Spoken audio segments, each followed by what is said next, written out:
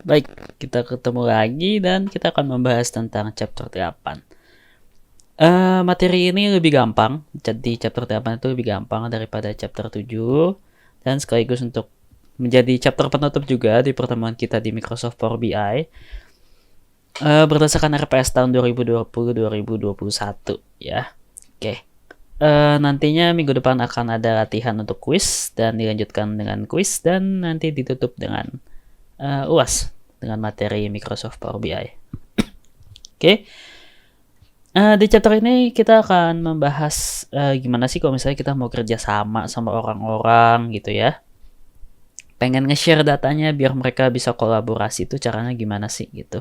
Dan kita juga akan membahas beberapa fitur yang bisa teman-teman gunakan di Microsoft Power BI Service. Oke. Sekarang kita akan masuk ke Publish Power BI Desktop Report.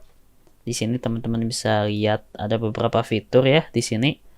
Ada file, share, chat in Teams, comment, subscribe, edit, dan more option gitu ya. Nah, sorry. Kita masuk dulu nih ke Microsoft Power BI Service-nya. Oke, kita bahas dulu fitur-fitur apa aja sih yang ada di sini. Kita mulai dari yang paling kiri dulu ya. Di sini teman-teman bisa save a copy kalau misalnya ada data yang teman-teman pengen jaga-jaga nih. Takutnya ada perubahan data yang memang harus diubah gitu, tapi datanya tuh penting banget, takut kenapa. Teman-teman bisa save copy dulu, nanti datanya bakal ke copy jadi ada 2 data gitu. Kalau untuk yang selanjutnya ada print this page. Print this page itu ya ngeprint di dashboard teman-teman nih, di tampilan ada tampilan apa aja. Teman-teman bisa ngeprint dari tampilan yang ada di sini. Jadi nanti semua yang ada di sini, tile-tile ini nanti bakal ke-print. Dan ada performance inspector. Kita lihat dulu performance inspector itu cuman kasih informasi aja tentang kondisi internet kalian atau segala macam yang berkaitan dengan kondisi kalian gitu ya. Dalam mengakses Microsoft Power BI Service ini. Kemudian di sini ada share, pertemuan sebelumnya juga sudah dijelaskan. Share itu gunanya untuk membagikan data yang sudah kita bikin ke orang-orang yang memang membutuhkannya, gitu ya. Kemudian di sini ada fitur chat in Teams, kita lihat. Nah, ini untuk sign in, fungsinya ya untuk komunikasi kayak biasa, kayak chatbox biasa gitu, tapi menggunakan fitur Microsoft Teams. Nah, teman-teman bisa coba sendiri. Nah, di sini ada comments. Comments ini kalau misalnya teman-teman tadi udah nge-share dan butuh input nih, misalnya ada evaluasi apa segala macam. Nah, nanti bisa diketik di sini. Misalnya datanya coba diperbanyak gitu, di-post aja. Nah, nanti semua orang yang ada di sini tuh bakalan ngelihat komen ini gitu. Oke. Kemudian untuk subscribe ini untuk mendapatkan informasi kalau misalnya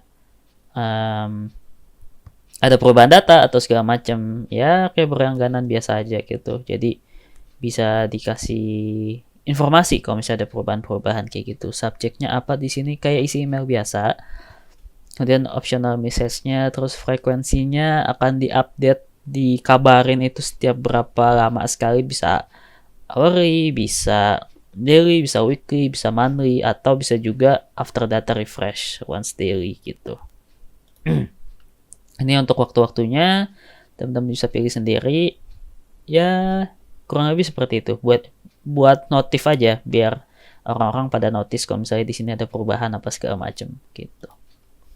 Oke, itu untuk subscribe. Kemudian untuk edit di sini ada add a tile ya, add a tile untuk menambahkan tile-tile yang ada di sini, informasi-informasi tambahan. Kemudian ada dashboard theme. Nah, di sini teman-teman bisa pilih aja, misalnya mau light, dark, color band friendly, atau custom gitu ya. Di sini teman-teman bisa sesuaikan sendiri maunya kayak gimana, terserah teman-teman.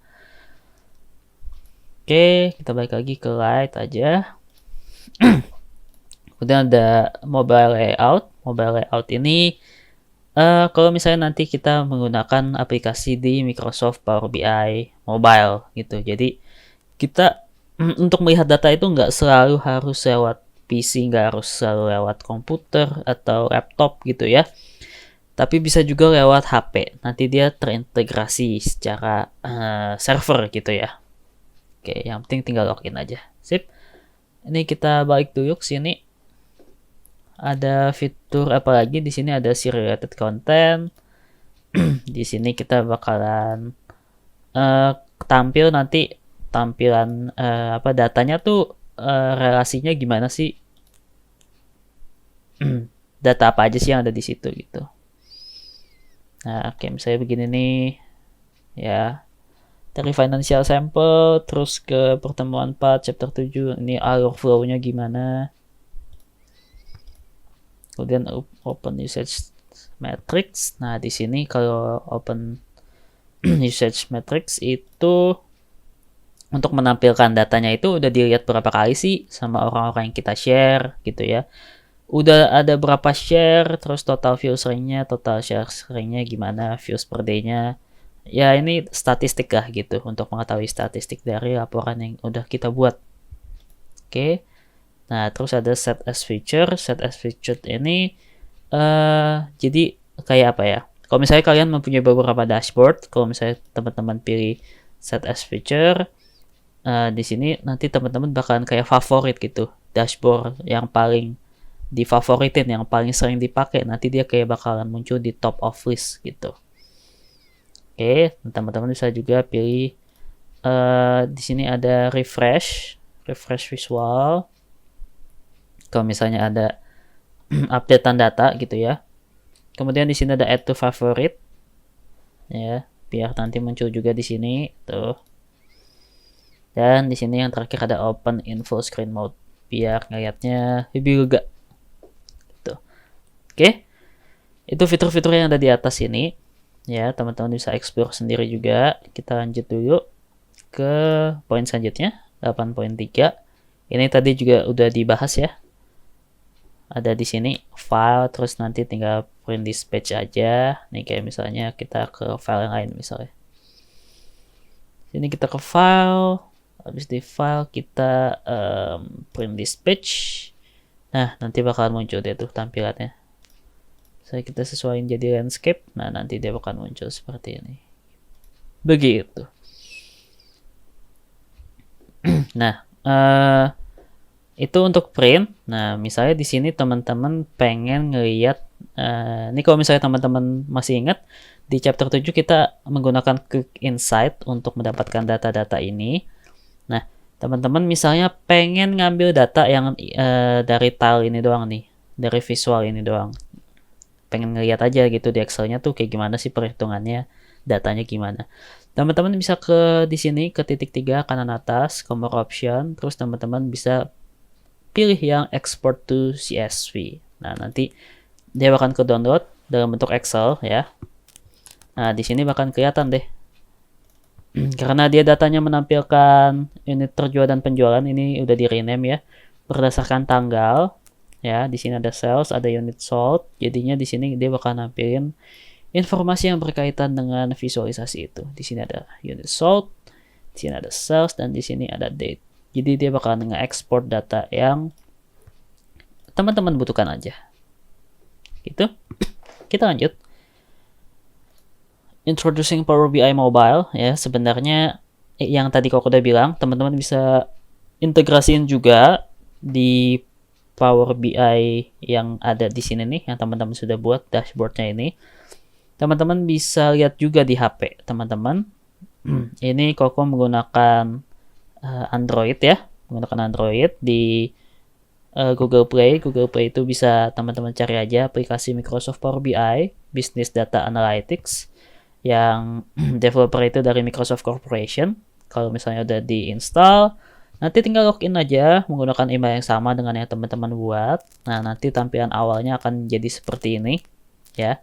Akan muncul nih financial sample. Financial sample itu kan yang ini ya. Financial sample nanti tinggal dipilih aja, terus nanti ya sebenarnya sama aja konsepnya, sama Power BI Service Desktop and Power BI Service yang yang ada di website tadi gitu. Sama aja. biar bisa lebih mobile aja gitu. Jadi yang di sini bakalan ketampil juga nanti di HP kalau misalnya teman-teman sudah ngedownload. Oke. Kemudian kita lanjut create workspace in Power BI. Nah, misalnya di sini teman-teman pengen ngebuat workspace atau ya apa ya kayak tempat kerja gitu. Yang isinya itu nggak cuma teman-teman doang yang edit data, yang ngolah data, tapi juga teman-teman lain di satu departemen atau di satu company gitu ya, atau pihak eksternal juga bisa gitu ya. Nah, caranya teman-teman pilih workspace di sini, di sisi kiri layar, di navigation pane, kemudian create a workspace dan isi detail. Kalau misalnya sudah, klik save atau apply jika sudah selesai. Oke.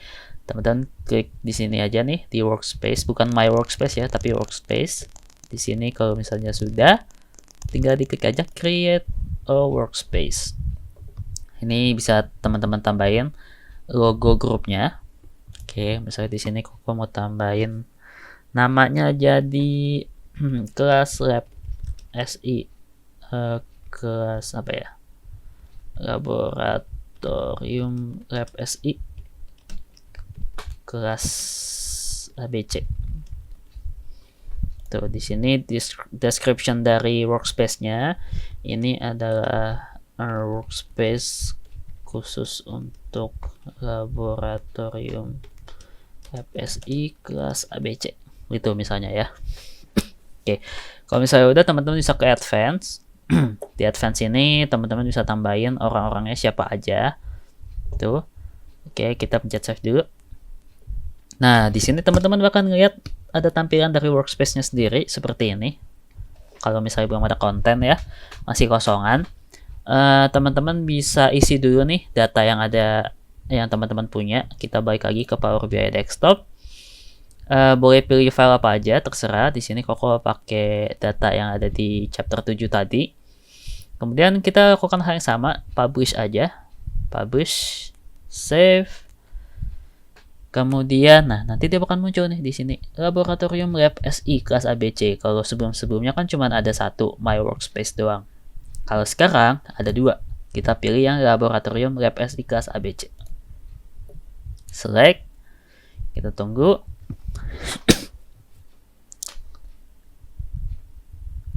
Nah, kalau misalnya udah, nih teman-teman bisa klik aja. Kalau di sini Koko, nah langsung buka nih di sini. Langsung ke update datanya di sini ya. Jadi di sini teman-teman sudah menambahkan data yang teman-teman sudah kelola agar nanti bisa dikerjakan secara bersama-sama dengan teman-teman yang lain gitu. Oke. Nah, di sini sudah selesai bikin workspace-nya. Sekarang teman-teman bisa menambahkan membernya atau adminnya atau ya siapapun yang bisa mengakses workspace ini. Misalnya di sini Koko mau tambahin akun Koko sendiri ya gitu ya. Stay Trisakti. Nah, di sini udah muncul. Di sini teman-teman bisa pilih role-nya sebagai apa? Sebagai admin, sebagai member, kontributor atau viewer.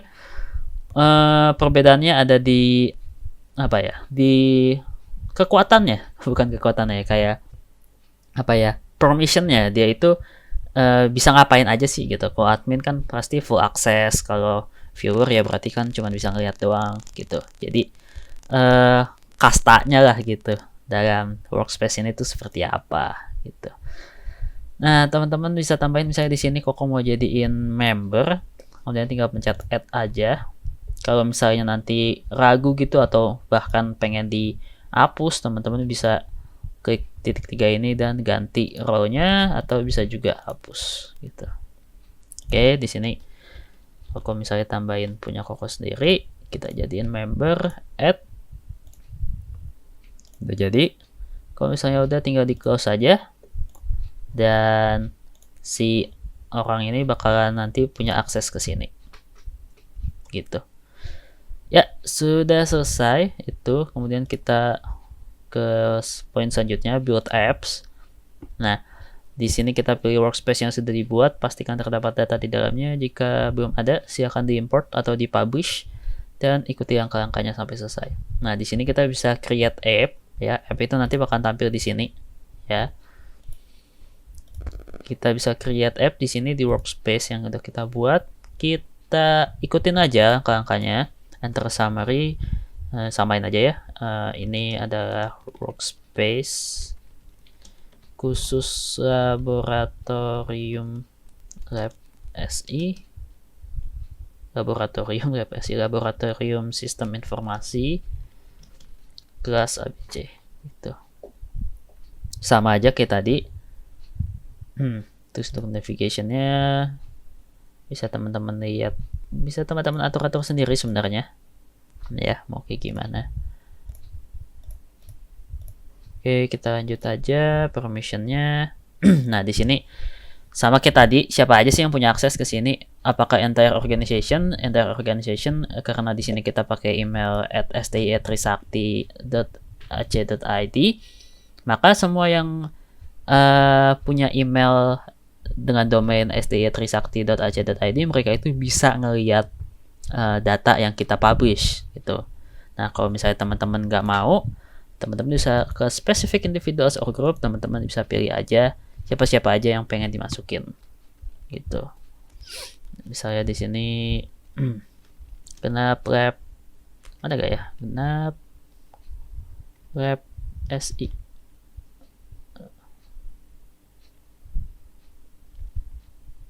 Iya. Kenapa FSI? Ada gak kenapa FSI? Oh, nggak ada. Karena ini dia kedeteknya sebagai email ya, bukan sebagai yang ada di Teams itu. Oke. Saya di sini kita tambahin lagi sama kayak biasa. Terus di sini ada allow everyone who has app access to allow our user to connect to the app underlying data sets using the boot permission, allow user to make a copy of the report in this app, allow users to share the app and the apps underlying datasets using their share permission. Jadi teman-teman bisa tentuin sendiri nih permissionnya nanti kayak gimana. Apakah dia bisa connect ke underlying datasetnya, dataset yang tadi udah kita make itu yang financial sample, atau dia bisa copy gitu ya, atau install, atau poin yang ini juga underlying dataset gitu ya, using the share permission untuk nge-share datanya gitu. Jadi ya teman-teman bisa sesuaikan sendiri nanti mau gimana. Oke, kalau misalnya udah publish app. Kalau misalnya udah kita publish aja, nanti dia bakalan muncul kayak gini. Tinggal teman-teman copy. Kalau misalnya udah copy, ya udah selesai, berarti app-nya udah jadi, udah selesai. Nah, gitu. Tampilannya bakalan jadi seperti ini. Tinggal digunakan saja. Begitu. Oke. Sudah jadi untuk build apps-nya. Nah, untuk bagian 8.7 sampai 8.9 sebenarnya tidak perlu terlalu dibahas menurut Koko. Itu untuk tambahan-tambahan saja. Teman-teman bisa lihat sendiri nanti di modul seperti apa. Yang penting-penting ini yang sudah Koko bahas dari 8.1 sampai 8.6 di build apps ini, yang penting itu. Oke. Terima kasih untuk perhatiannya teman-teman semua selama beberapa pertemuan ini, 4 pertemuan ini ya.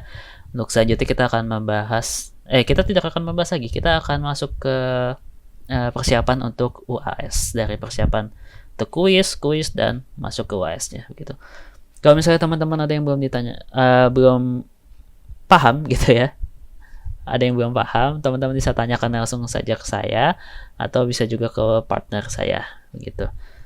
Oke, sekian untuk di chapter 8 ini. Mohon maaf kalau misalnya selama ini ada salah. Terima kasih dan sukses untuk ujian akhir semesternya. See you.